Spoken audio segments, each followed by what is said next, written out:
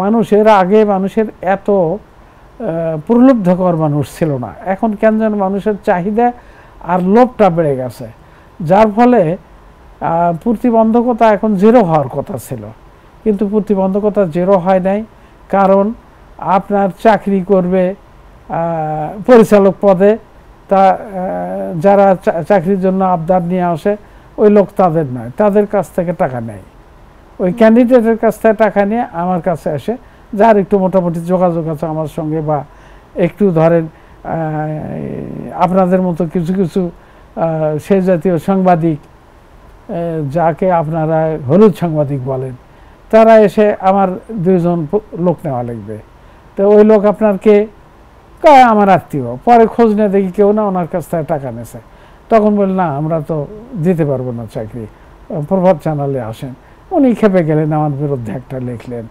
তারপরে মেডিকেল কলেজে ভর্তি করাবে, সেখানে অনেক ব্যয়, টাকা দিতে হবে, না উনি টাকা দিতে পারবেন না, তার সুযোগ না দিতে পারলেই সেখানে খেপে যাচ্ছে। বিনে পয়সায় হার্ট অপারেশন করবে, ওপেন হার্ট সার্জারি করবে, বিনে পয়সা ক্যান্সার ট্রিটমেন্ট করবে, যে কস্টলি। বায়োমলিকুলার ল্যাব আছে আমাদের, যে ল্যাব দিয়ে আপনার ডায়াগনোসিস করলে আগামী 10 বছরে আপনার শরীরে কোনো ক্যান্সার আর সেল গ্রো করবে কিনা তার আপনার সিগন্যাল পাওয়া যাবে। এটা খুবই কস্টলি, এবং বাংলাদেশে এই বায়োমলিকুলার ল্যাব কিন্তু কোথাও নাই, আমাদের আছে। তো সেটা আমার একটু শখ আমি করব। তো এটা তো অনেক ব্যয়, রিয়েজেন্টগুলোর ব্যয় বেশি, বিদেশ থেকে আনতে হয়, আমেরিকা থেকে রিয়েজেন্ট আসে, মানে পয়সা দেবেন না করবেন। তো এগুলো যখনই আমরা দিতে না পারি, তখনই এই গিভ অ্যান্ড টেকের মধ্যে গণ্ডগোল হয়ে এখনও চরম প্রতিবন্ধকতা আছে। তো থাকুক এই প্রতিবন্ধকতা, আমরা প্রতিবন্ধকতা কোনটাকে মনে করি যে আমার পদস্খলন হয়েছে কিনা, আমি আমার পেটে এবং পকেটে কিছু নিয়েছি কিনা।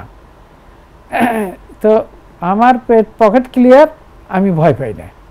কিন্তু অনেক সময় আপনার নিয়ম নীতির মধ্যে একটু এদিক সেদিক হয়ে আমি যে পকেটে নেইনি তা কিন্তু বোঝা যায় না। ফাইল দেখলে ধরেন যেমন জমি পারচেস করা আমার উপরে আছে, তো পারচেস কমিটি আছে, তারা বলল যে আমরা একটু কমই দাম করেছি, তবে আপনি ইচ্ছে করলে আরও পার ডেসিমেল আপনি আরও 5,000 টাকা বাড়িয়ে দিতে পারেন। এটা কিন্তু তাদের সাথে আন্ডারস্ট্যান্ডিং, আমি বাড়িয়ে দিলাম। তো তখন তদন্তে গিয়ে বলতেছে যে আপনার পিসি পারচেস কমিটি বলল এত রেট আপনি বাড়িয়ে দিয়েছেন, এই যে আপনার অভিযোগ আছে যে আপনি দাম বাড়িয়ে দিয়ে 50% টাকা আপনি নেন, 50% জমিওয়ালাকে দেন, এই যে এটা তো আপনি আউট অফ সিস্টেম বাড়িয়ে দিয়েছেন। তো তখন আমি বলি আচ্ছা তাদেরকে ডাক দেন, কমিটির ছিল, তারা নিজেরাই বলছে ওখানে লেখেননি কেন, লেখাও হয় নাই ওটে। এরকম আপনার মিস্টেক অনেক হয়ে যায়।